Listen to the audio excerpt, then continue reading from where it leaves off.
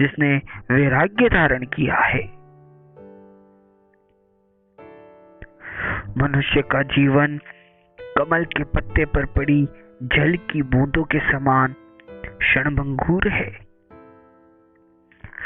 ये जानते हुए कि व्यक्ति पाप कर्म करता है, अपनी करतूतों का दूसरों के सामने बखान करता है, जबकि उसे चाहिए कि वैराग्य धारण कर मोक्ष के लिए प्रयत्न करे।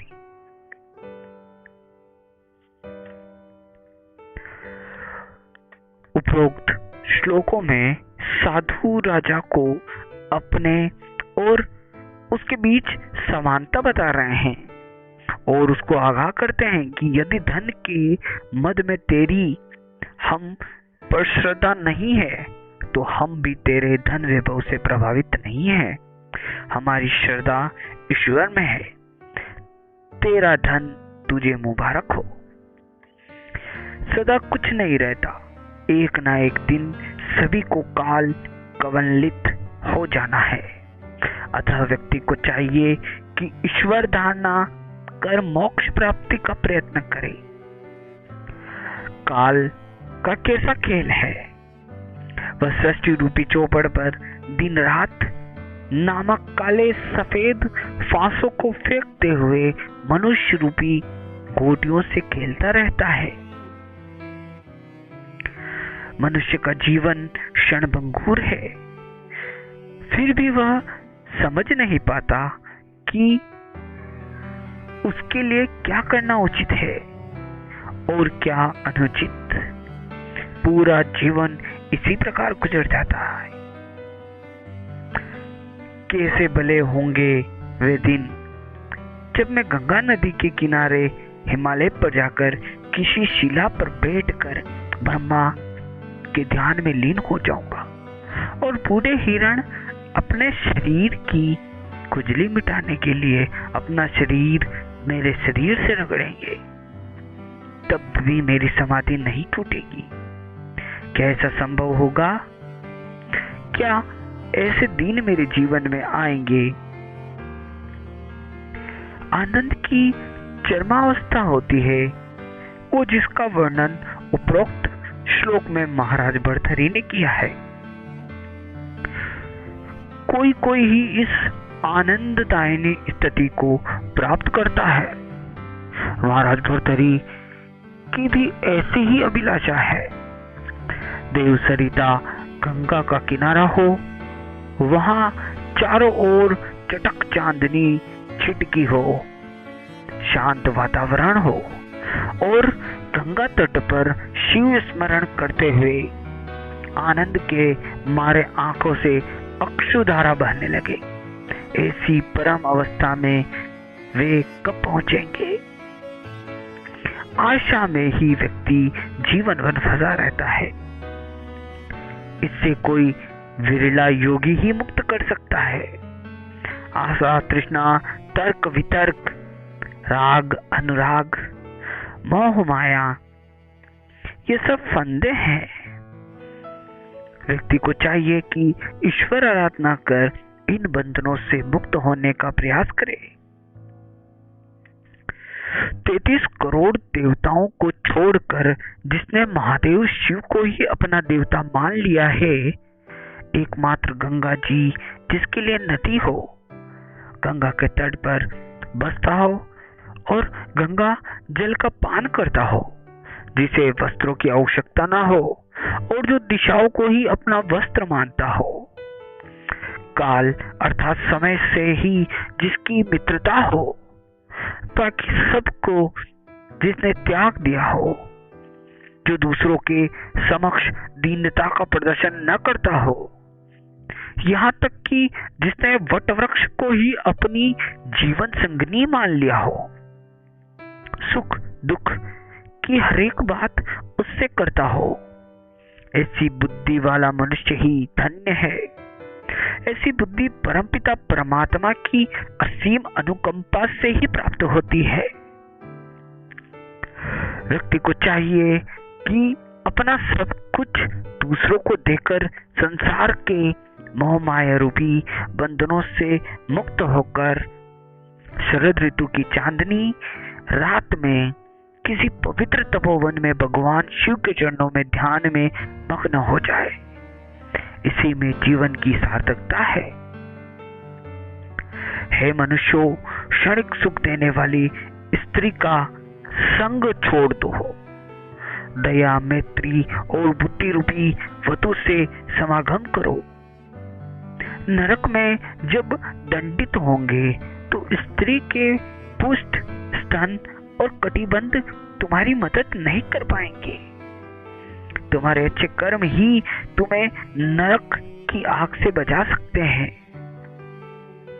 अरे भाई, मैंने तीनों लोग खोज डाले, पर मुझे एक भी आदमी ऐसा नहीं मिला जो विषय वासना रूपी हथनी के पीछे लगे हुए मन रूपी हाथी को बांध कर रख सका हो।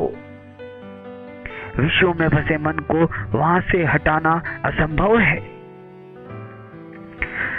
मन वालों को चाहिए कि वे अपने मन पर नियंत्रण रखें। उनको याद रखना चाहिए कि इच्छाओं का कोई अंत नहीं। तृष्णा कभी नहीं मरती। बुढ़ापा धीरे धीरे बढ़ा आ रहा है। मृत्यु किसी भी क्षण दबोच सकती है। इसलिए है मित्र, ईश्वर की शरण में चल। जब तप आदि कर, यही श्रेष्ठ मार्ग है। दूसरों की चापलूसी करना छोड़।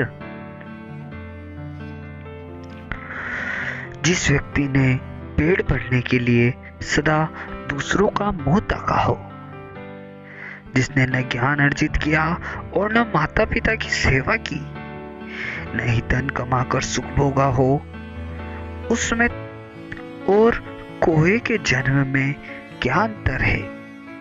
कोआ भी सदा पेड़ बढ़ने के लिए यानी पिंडदान आदि के लिए दूसरों का मुंह ताकते रहते हैं। जो ब्रह्मनिष्ठ होता है, उसके प्रसन्न होने या अप्रसन्न होने का सवाल ही कहाँ रह जाता है। न तर्क वितर्क से ही उससे कुछ लेना देना होता है, चाहे उसे कोई ब्राह्मण कहे या चांडाल। उसे इस बात का भी बुरा नहीं लगता, क्योंकि वह संशय, असंशय, तर्क वितर्क आदि से परे रहकर अपने मोक्ष रूपी मार्ग पर अनवरत चलता ही रहता है। भोग इच्छाएं काले बादलों के समान और बरसने को आतुर कड़कती बिजली के समान चंचल है। ये कमल पत्र पर स्थित पानी की बूंद के समान क्षणिक है। अतः अपने मन को परमेश्वर के चिंतन में निमग्न करो, इसी में सच्चा सुख है। जब मन संतुष्ट हो जाता है तो फिर ऐसे व्यक्ति के संभाव आ जाता है।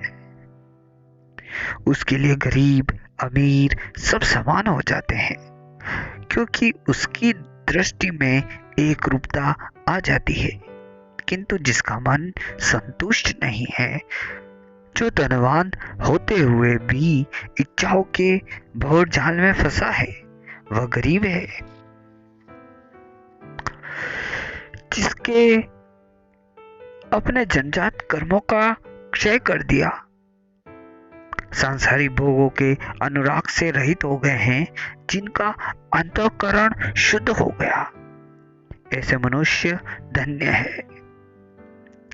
स्वाभिमानी व्यक्ति को चाहिए कि अपने समान कुल वालों के समक्ष दीन होकर रहे, भले ही उपदेश पाकर भिक्षा मांग कर जीवन व्यतीत कर ले। जिसने सब कुछ त्याग दिया है, जिसकी इच्छाएं समाप्त हो गई है, उन्हें भला लक्ष्मी से क्या प्रयोजन। तो दोस्त, जो पहले एक जैसे विषयी थे, अब उनमें फर्क आ गया।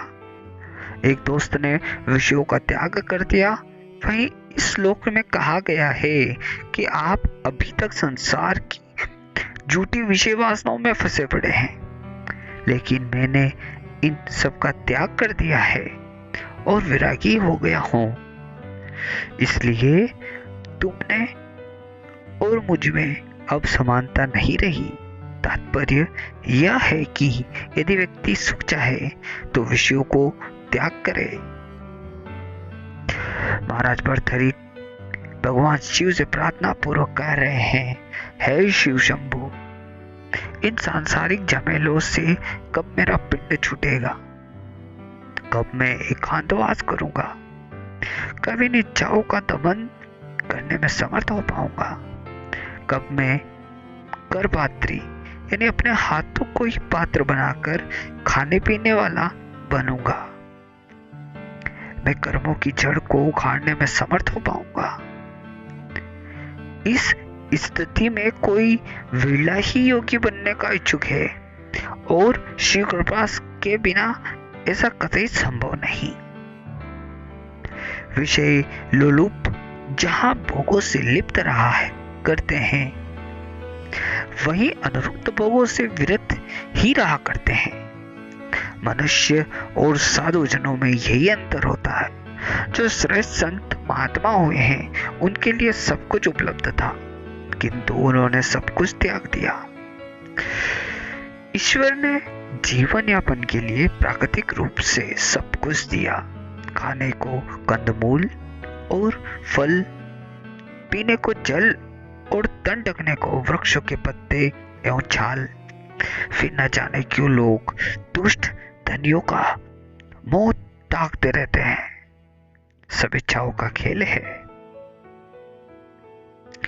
व्यक्ति को दूसरों यानी साधारण प्राणियों के समक्ष हाथ नहीं फैलाना चाहिए। यदि मांगना ही है तो ईश्वर से मांगो। जो थोड़े से धन के मद से चूर है, उनके मुख की ओर क्या ताकना। इस संसार में सदा कोई वस्तु नहीं रहती। स्वर्ण का भंडार सुमेरु पर्वत अग्नि में भस्म हो जाता है, समुद्र सूख जाते हैं, विशाल पर्वतों का बोझ उठाने वाली पृथ्वी भी रसातल में चली जाती है। तो मनुष्य अपने सुंदर शरीर का गर्व क्यों करता है? इसने भी एक दिन नष्ट हो जाना है। संसार भर का वैभव मिल जाए, शत्रुओं को यदि परास्त कर दिया तो भी क्या? व्यक्ति कुछ भी कर ले, यदि उसने जीवन मरण से मुक्ति पाने का प्रयास न किया तो वह व्यर्थ है। संसार में आकर व्यक्ति कुछ करे या ना करे, उसे मोक्ष प्राप्ति का प्रयास अवश्य करना चाहिए। रोज दिन निकलता है और व्यक्ति भी वही कार्य करता है जिसे कल किया था, वही लाभ अर्जित किया जो कल किया था, वही भोग भोगे जिन्हें कल भोग चुका। अरे मनुष्य, तुझे जरा भी लज्जा नहीं आती? कब तक मोह लोभ में फंसा उस परमेश्वर को बुला रहेगा? जब तक मनुष्य को आत्मज्ञान प्राप्त नहीं होता तब तक ही वह सांसारिक भोगों में लीन रहता है और उन्हें ही सर्वश्रेष्ठ समझता है। किंतु जो ही उसे ब्रह्म ज्ञान होता है तो वह सांसारिक सुखों से मुंह मोड़ लेता है, क्योंकि तब उसे लोगों के सुख भी तुच्छ जान पड़ते हैं। अतः प्रत्येक व्यक्ति को ब्रह्म ज्ञान की प्राप्ति के प्रयास करने चाहिए। एक सच्चा योगी कभी भी अपने मन को तरंगित नहीं होने देता। वह समुद्रवत सदैव गंभीर ही बना रहता है। समुद्री जीव उसके मन रूपी जल में तैरते रहते हैं।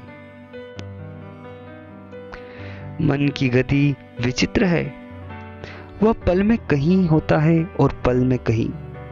यह आकाश पाताल और न जाने कहां कहां विचरता रहता है, किंतु इतना मूर्ख है कि आत्मा में वैसे निरंकार ब्रह्मा का स्मरण कभी नहीं करता, जिसकी अनुकंपा से सहज ही मोक्ष की प्राप्ति हो जाती है। भक्ति में तरह तरह का आचरण करना मनुष्य के व्यापारिकपन को दर्शाता है। बदले में कुछ पाना तो स्वार्थ है ना। यह सब ढोंग छोड़कर व्यक्ति को सच्चे मन से परम ब्रह्मा परमेश्वर का चिंतन करना चाहिए।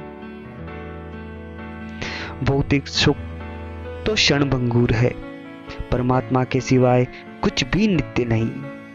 अगर मनुष्य को संसार रूपी भवसागर से पार उतरना है तो उसे परमात्मा के ध्यान में लीन होना चाहिए।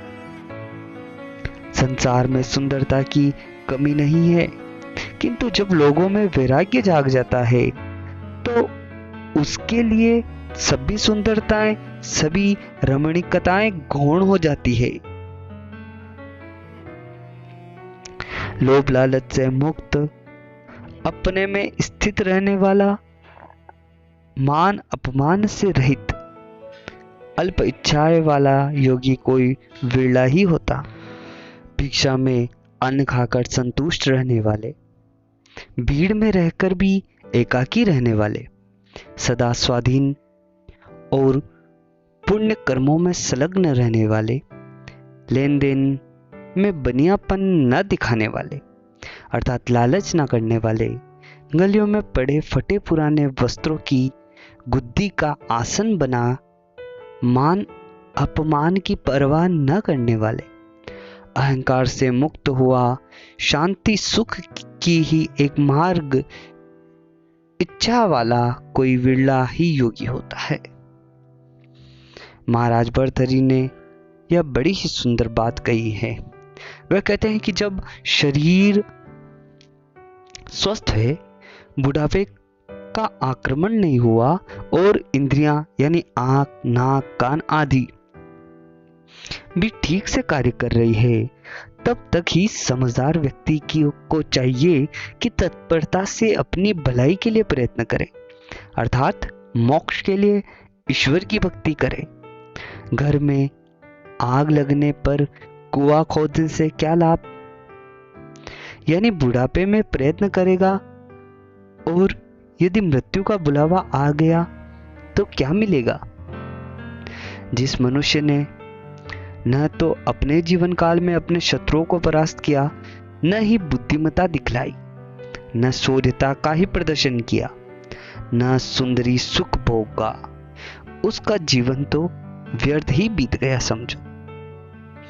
ठीक उस दिए की भांति जो सुने घर में जलता रहा हो, ऐसे घर में जलने वाले दिए का क्या लाभ?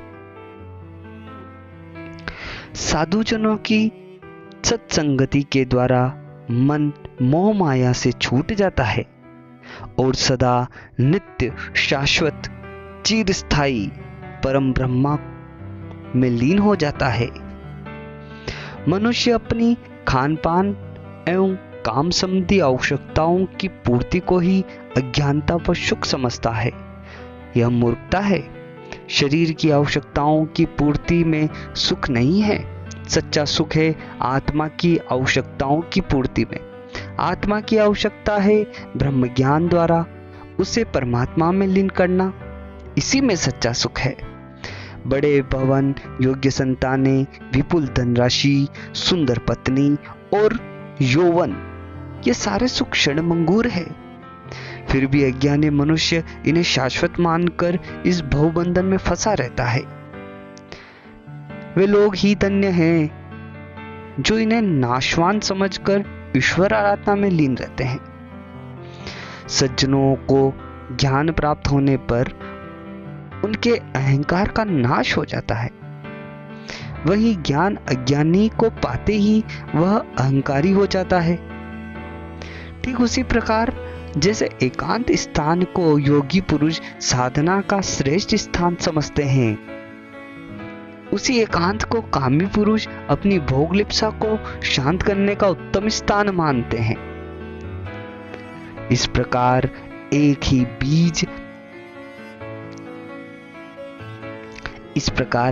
ही चीज स्थान भेद से अलग अलग गुण वाली होती है। स्वाति बूंद सीप में जाने से मोती और सर्प के मुख में जाने से विष बन जाती है। इस संसार में एक ने दूसरे को आक्रांत कर रखा है।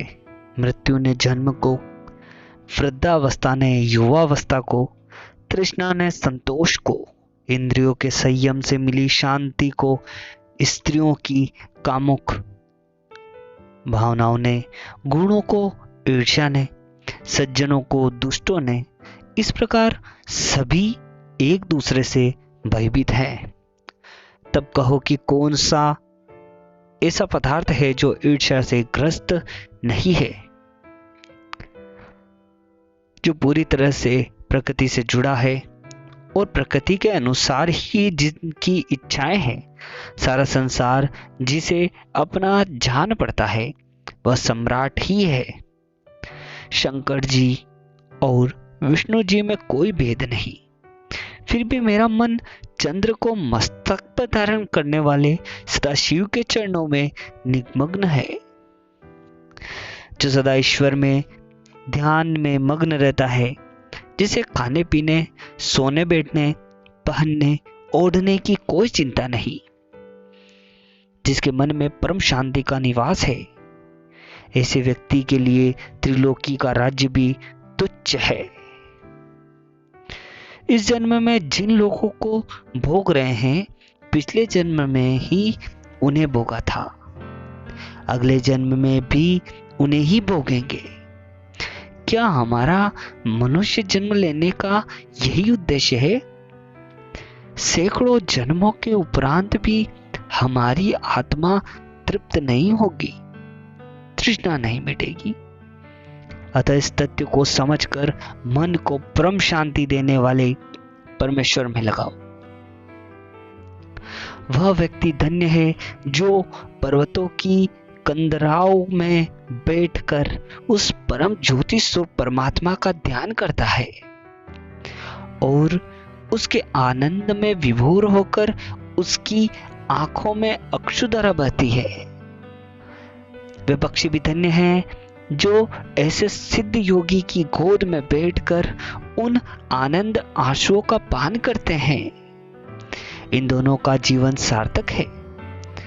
एक हम है कि भोग विलास और कामनाओं में ही अपने जीवन की आहुति दे रहे हैं। मनुष्य को सैकड़ों व्याधियां लगी रहती है जो उसके स्वास्थ्य को चाटती रहती है। जो कोई ये कहे कि धन से सुख है, तो देखा गया है कि धनवान भी विपत्तियों में फंसे ही रहते हैं। जन्म जिसका हुआ है, चाहे वह मनुष्य हो, पशु हो, वृक्ष पौधे हो, काल किसी भी क्षण उन्हें लील जाता है। ईश्वर को छोड़कर इस संसार में कुछ भी स्थिर नहीं, सब नश्वर है।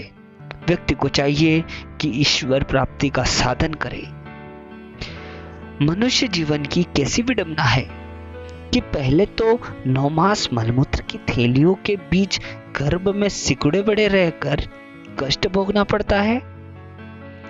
युवा अवस्था में सुंदर नैन कटाक्षों वाली सुंदरी के विरह में दुख पाता है और वृद्धावस्था में स्वजनों द्वारा अपमानित होता है। फिर सुख कहां? भीख मांग कर एक ही बार खाने वाला रसहीन भोजन, शयन करने के लिए भूमि, शरीर ढकने के लिए केवल फटी पुरानी एक गुद्दी। ऐसे व्यक्ति होने पर भी काम वासना हमें नहीं छोड़ती। हाय, जीवन यापन की वस्तुओं के न रहने पर भी विजय वासना की इच्छा हमारा पीछा नहीं छोड़ती। यह बड़े दुख की बात है। शास्त्रों में मनुष्य की आयु 100 वर्ष बताई गई है। उनमें से 50 वर्ष तो वह सोने में गुजार देता है। बच से 50 वर्ष, इसमें से 20 तो नादानी, लड़कपन और अज्ञानता में गुजर गए। 15 वर्ष बुढ़ापे में चले गए। सुख के लिए बचे मात्र 15 वर्ष। इन 15 वर्षों में भी व्यक्ति सुखी कहाँ रह पाता है? दुख, बीमारी आदि व्याधि उसे लगी ही रहती है। जिन लोगों को सभी सुख प्राप्त हो, उन्हें दिन बहुत छोटे प्रतीत होते हैं, क्योंकि भोगों को भोगते भोगते दिन गुजर जाता है। किंतु भोग समाप्त होते ही जिन लोगों का जीवन अभावग्रस्त है, जो संघर्ष करके भी 2 जून की रोटी नहीं जुटा पाते, वे सुनहरी कल की कल्पना करते हैं और अभावग्रस्त दिन उन्हें बहुत लंबे प्रतीत होते हैं। ये जीवन प्रत्येक व्यक्ति के जीवन में आता है, अतः व्यक्ति को चाहिए कि एक समय बाद कंदराओं में बैठकर वैराग्य अपना ले और आत्म ध्यान में स्थित होकर इन दिनों को याद करे, फिर निर्णय करे कि सुख किसमें है, वैराग्य में या भोगों में। जिस व्यक्ति का जीवन उपरोक्त अनुसार व्यतीत हो रहा है वह अवश्य पूर्व जन्म में की किसी तपस्या का फल है, वरना ऐसा जीवन सभी को कहाँ नसीब होता है। दर दर की ठोकरें खाने के बाद भोगी अब अपने मन को समझा रहा है कि हे मेरे मन, अब रुक जा। इंद्रियों को सुख देने के लिए विषयों की खोज में तू भटक रहा है, यह सुख देने वाले नहीं है। सच्चा सुख तो शांति से प्राप्त होता है और शांति आत्मलीन होकर ही प्राप्त होती है। ऐसा जान पड़ता है कि संसार में सब कुछ असार और नाशवान है। हे मेरी प्रिय प्रजा, अब तू पवित्र फल फूलों से अपना निर्वाह कर। सेज सजानी छोड़ और बनी बनाई सेज यानी पृथ्वी पर शयन कर। वृक्षों की छाल को अपने वस्त्र बना। चल अब वन में चले, जहां उन मूर्ख और तंग दिलों का नाम भी सुनाई नहीं देगा, जिनकी जीवा धन रोग के कारण उनके वश में नहीं है। नदी की लहरें, बरसात में उठने वाला पानी का बुलबुला, मेघों में तड़कने वाली बिजली, आग की लो, नदी का प्रवाह, सर्प और स्त्री का मन, इन सातों की स्थिरता किसने देखी है। अतः तू भगवान शिव का स्मरण कर और उससे प्रीति लगा। तात्पर्य यह है कि व्यक्ति के पास भरपूर ऐश्वर्य तो है, वह इन सांसारिक भोगों को भोगे, अन्यथा वनागमन करे, जाकर समाधिस्थ हो जाए। इच्छाओं का हृदय में ही दमन हो चुका है, यौवन काल बीत चुका है, सद्गुण कंद्रदानों के अभाव में व्यर्थ हो गए हैं। काल मुंह फाड़े तेजी से बढ़ा जा रहा है, अतः अब हमें भगवान शिव के चरणों में चला जाना चाहिए। वे ही हमारी रक्षा करने में समर्थ है। धन्य है वे लोग जिन्होंने होते हुए भी अपना सब कुछ त्याग दिया। हम तो उन वस्तुओं की आशा तक नहीं त्याग सकते जो हमें न तो भूतकाल में मिली और न वर्तमान में मिल रही है और न भविष्य में कभी मिलेगी। बुढ़ापा किसी बागीन की भांति शरीर को लील जाने को तत्पर है। रोग अलग से शरीर पर आक्रमण कर रहे हैं। आयु क्षण क्षण उसी प्रकार समाप्त हो रही है। जिस प्रकार टूटे घड़े से जल रिसता है, इस पर भी मनुष्य अपनी करतूतों से बाज नहीं आ रहा, जबकि मृत्यु किसी भी क्षण निगल सकती है। यही अनिवा, यही आचार्य है। किसी अभिनेता की भांति मनुष्य संसार के रंगमंच के तरह तरह के अभिनय करता है, फिर अंत में बुढ़ापे के कोप का शिकार होकर यमराज के धाम को प्रस्थान कर जाता है। यह है मनुष्य की गति। परिस्थितियां कैसी भी क्यों न हो, कैसे भी लोगों के बीच में निवास हो, धन हो या ना हो, अपनी तो यही इच्छा है कि सभी परिस्थितियों में एक समान रहकर सभी को एक ही दृष्टि से देखते हुए किसी पवित्र स्थान पर बैठे, शिव शिव रटते हुए यह जीवन व्यतीत हो। एक वैरागी को इससे अधिक और क्या चाहिए। संतोष से बड़ा धन संसार में कहीं नहीं है। अपने परिश्रम की कमाई में संतोष करने वाले धन्य हैं, किंतु जो लोग लालची हैं और दूसरों के धन की ओर ताका करते हैं वे मूर्ख हैं। उन्हें वह धन को कभी नहीं मिलता, किंतु उनकी तृष्णा बढ़ती रहती है। जिस प्रकार सुमेरु पर्वत सोने का होने पर भी किसी को सोना नहीं देता, इसलिए त्याज्य है, उसी प्रकार अमीरों को तिजोरियां का धन भी त्याज्य है।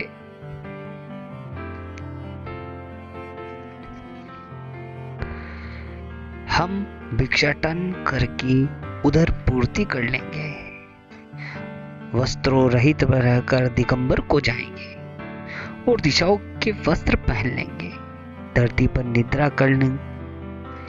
तब धरती के धनवानों और शासकों को क्या करेंगे? यह योग की पराकाष्ठा है जो समझाया गया है। वह तो धनिकों का धनी और सम्राटों का सम्राट है, जिसकी कोई इच्छा नहीं है, अर्थात जिसने समस्त भोग विलास की इच्छाओं का दमन कर स्वयं को प्रकृति के सुपुर्द कर दिया है। वो प्रकृति को ही जो अपनी निधि मानता है, वही सम्राट की भांति सुखी है और सत्य में वही योगी है, वही मुनि है।